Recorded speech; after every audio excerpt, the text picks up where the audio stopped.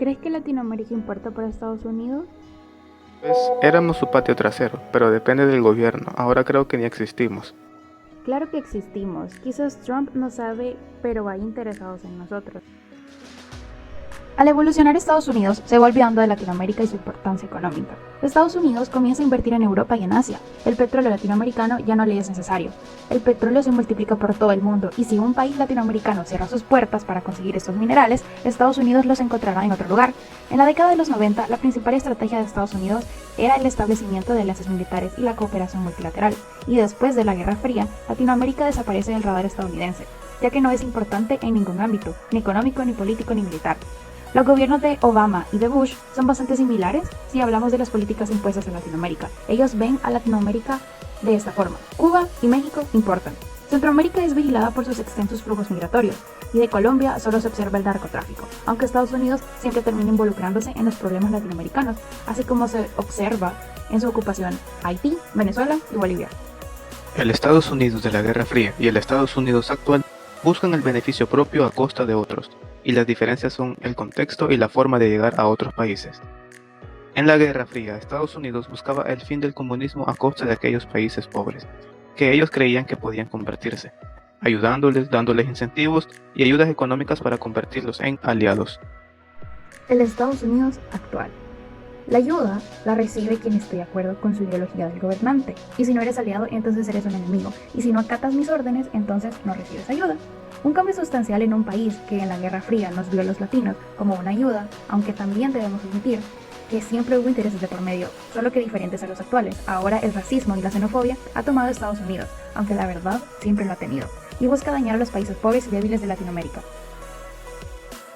Primero entendió que el sistema internacional dio un giro diferente luego de finalizada la Guerra Fría, por lo que intentó insertar al país dentro de las relaciones multilaterales, extendiendo sus relaciones con América Latina, dentro de las políticas exteriores que mantenían relaciones en algunos términos cordiales.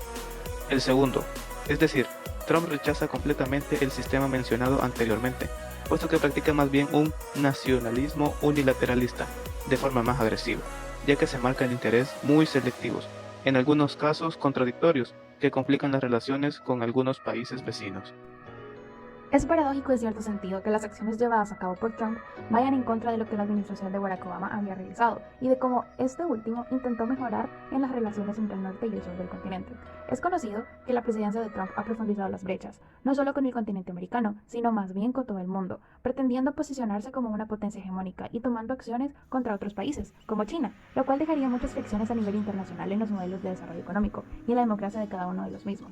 Estados Unidos, si bien tiene intereses de posicionarse como potencia, este ha entrado en un proceso de declive que comenzó aproximadamente hace 3 décadas, y si bien es cierto, cuenta con un poderío económico y militar impresionante, su capacidad al mismo tiempo podría encontrar nuevos continentes, lo que impide el completo desarrollo. Asimismo, el ascenso de otras potencias, tanto globales como regionales, ha puesto en evidencia la lenta retirada de Estados Unidos como una potencia imperial. Pero si Trump es de derecha y su economía creció, ¿cómo es que ha perdido hegemonía? Recuerda que la hegemonía de un Estado depende del comportamiento del mandatario. Oh, eso explica mucho su crisis. Así es. Según algunos autores, Estados Unidos entró en una era de declive. Incluso han reforzado los argumentos en favor de esta tesis, ya que en algunas acciones se pueden ver las debilidades internas y externas del país. Hay otros que creen simplemente que Trump es un error circunstancial, que significa que luego de su gobierno el país puede en algún punto volver a ejercer liderazgo. Sin embargo, esta última está muy lejos de la realidad, ya que Washington muestra una incapacidad de controlar las políticas en el mundo, específicamente en la zona de Oriente Medio, donde incluso su propio sistema democrático ha visto afectado. Aunque a pesar de su débil actuación en Medio Oriente, Trump fue nominado al Premio Nobel de la Paz por la Guerra de los Emiratos Árabes. Actualmente enfrenta una crisis económica y un déficit fiscal de 3,13 billones de dólares. Estados Unidos está intentando con todas sus fuerzas mantener su preciado poder, pero lo está perdiendo radicalmente y aún así sigue intentando ejercer fuerza en aquellos países más débiles económica y políticamente. Es paradójico que a pesar de que Estados Unidos tiene un gran poderío militar, al mismo tiempo no ha podido lograr sus objetivos, totalmente en conflictos contra Vietnam, Irak o Afganistán. En los tres casos generaron consecuencias poco deseadas, como la misma confrontación que luego se dio entre Camboya y Vietnam, o como también surgió la destrucción del Estado iraquí, y en su parte, y muy poco deseado, se dio la creación del Estado Islámico y el control de los talibanes en casi toda la totalidad del territorio de Afganistán. Es decir, en los tres casos el poderío militar y las fuerzas contrainsurgentes fallaron en contra de Estados Unidos, por lo que se deja la clara debilidad del sistema. Mucho se especuló que con la finalización de la Guerra Fría, Estados Unidos se posicionaría como la única potencia mundial, pero esto fue desmentido debido a que Washington presentó incapacidad al momento de controlar muchas dinámicas alrededor del mundo, dándose el caso incluso de la emergencia de potencias que debilitarían su poder. Bueno, pero solo existe esa crisis en Estados Unidos. Por lo contrario, es como el dicho, si Estados Unidos estornuda, el mundo se enferma. Por eso existe el centro y periferia, ¿verdad? Sí, y un gran orden mundial, pero todo tiene cambios.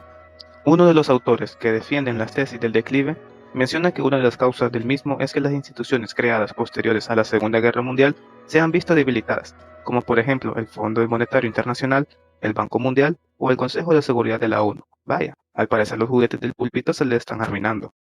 En América Latina, por su parte, perdió peso porque se le dio la creación de Comunidad de Estados de América Latina y el Caribe, CELAC. Sin embargo, por su actuación más bien se puede considerar como un foro, y sus actos han sido totalmente despreciables. Debe convertirse en una institución que viste a expresidentes corruptos, demostrando su incapacidad para proteger la democracia. Otra es la Alianza Bolivariana para los Pueblos de Nuestra América, Tratado de Comercio de los Pueblos, ALBA, por lo que dejó la influencia del país en un segundo plano, por lo que se vio debilitado. Cabe añadir que los vaivenes ideológicos, los cambios del modelo de desarrollo, las distintas coaliciones en el gobierno han impedido tener continuidad en las políticas. Segundo factor de los aspectos que debilita esta potencial imperial es que existen diversidad entre los intereses de los actores no estatales dentro del país, ya sea en los intereses comerciales que no coinciden con las corporaciones multinacionales o incluso otros en los que se encuentran los medios periodísticos que van por caminos muy contrapuestos.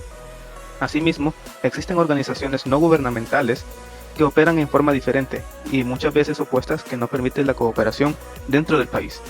Y un tercer factor se relaciona con el Congreso de los Estados Unidos, ya que los intereses de los pertenecientes están más interesados en contener a sus electores que en la mejora de la política internacional del país.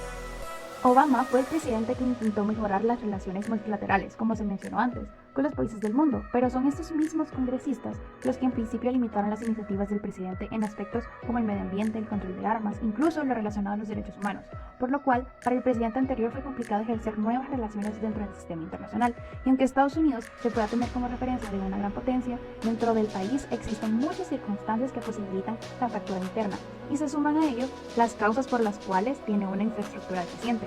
Por ejemplo, la desigualdad, el racismo, la pobreza, las tensiones alrededor de la identidad blanca frente a la población negra, una latina o musulmana, la incapacidad de poder ejercer buena cobertura para la salud de muchas personas, incluso el mismo COVID-19 que afecta actualmente al país y que muy pocas buenas acciones se han tomado para resolver o mejorar la situación. Pero me dijiste que Trump apenas sabe que existimos. Así es, pero te dije que habían interesados en nosotros, y esa es China con su soft power. Oh, y es cuando Estados Unidos ve que puede perder algo importante. Así es, en este tablero ha hecho jugadas muy cruciales.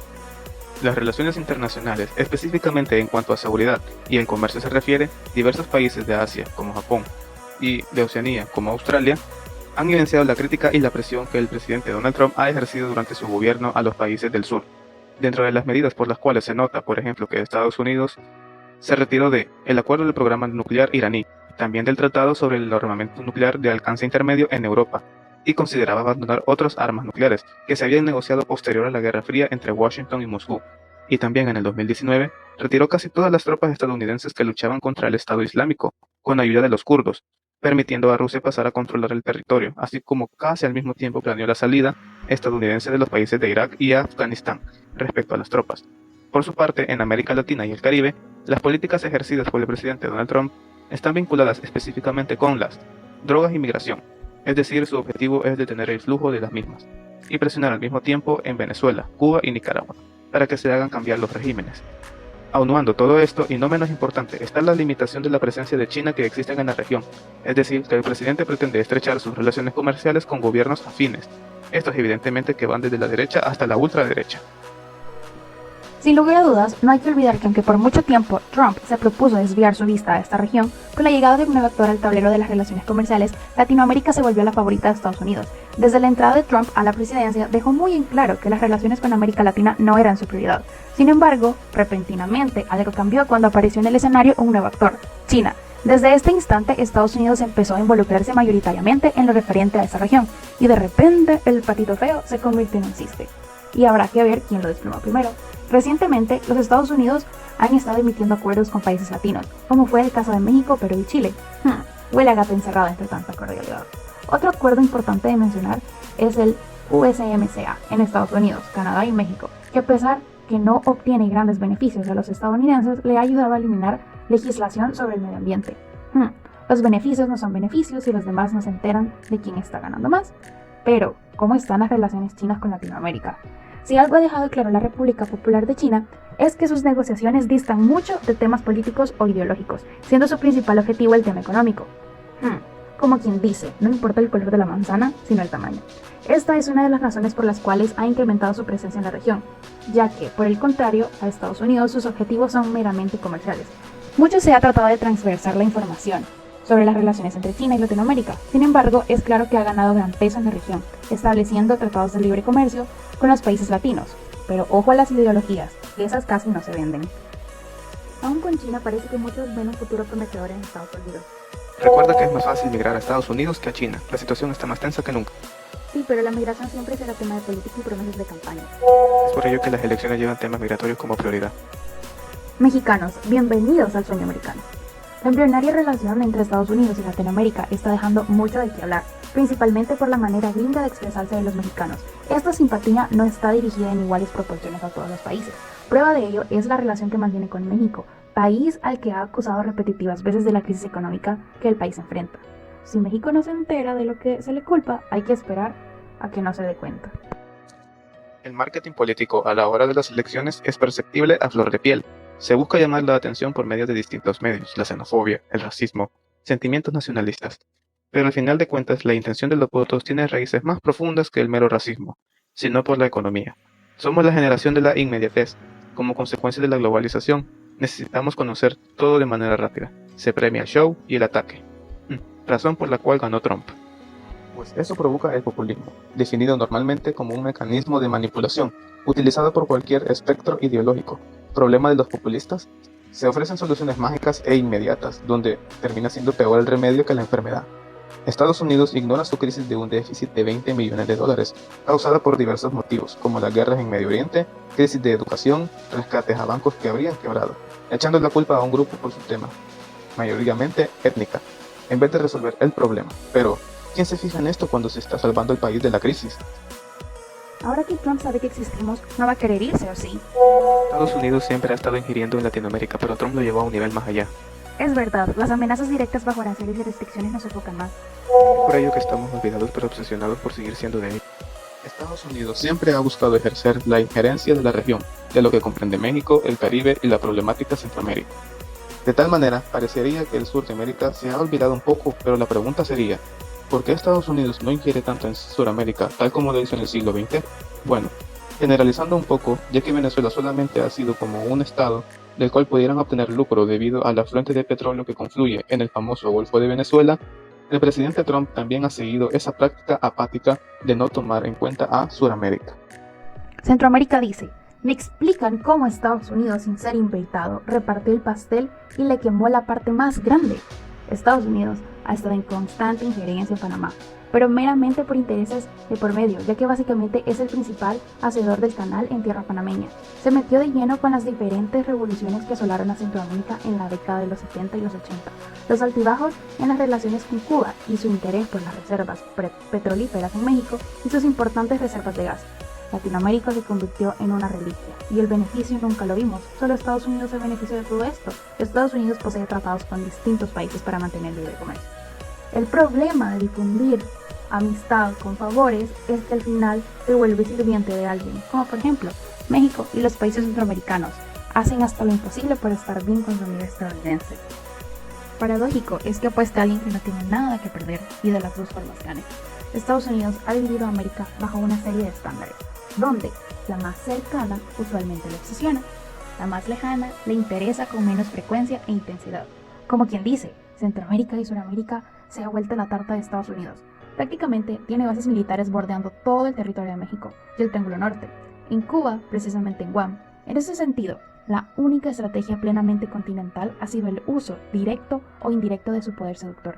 Como se dice, el poder suavecito. Parece que Estados Unidos creció para ser hegemonía para siempre. Recuerda, los cambios llegan, ya hubieron unos pocos, adivinen la actual. ¿Y el COVID-19? Bingo, este definirá un nuevo orden. Wow, veremos qué es lo que pasa. Al gigante de América se le olvida que su ombligo está en Europa. Desde una óptica centralizadora se puede puntualizar que bajo la administración de Trump, bajo su política America First y sus ideologías fascistas, Estados Unidos para los blancos, se puede notar que encaja perfectamente con ideologías imperialistas que busca exaltar el fervor patriótico de la nación. El promotor de la democracia decide por nosotros. En la lucha contra el narcotráfico se ha visto en la obligación de cooperar con los países que sufren de este mal, siendo el caso de México y Colombia. Y en sus mismas ansias de lograr la reducción de dichos narcóticos ha hecho presión al gobierno cambiando, por ejemplo, de Juan Manuel Santos a luego a Iván Duque, de procedimientos que son totalmente dañinos. ¿Me explicas cómo no seguir tu plan de beneficio exclusivo me convierto en socialista? Claro, gobiernos autoritaristas, que son la convergencia en gobiernos que no piensan y no actúan bajo las líneas trazadas por Estados Unidos, significa estar en contra del mismo, por lo que países como Cuba y Venezuela son tachados como socialistas, los cuales se han visto presionados, sancionados y sufrido por restricciones. Pese a los intentos de lograr negociaciones con el gobierno de Maduro y Estados Unidos liderado en Noruega en el año 2019, no generaron consenso.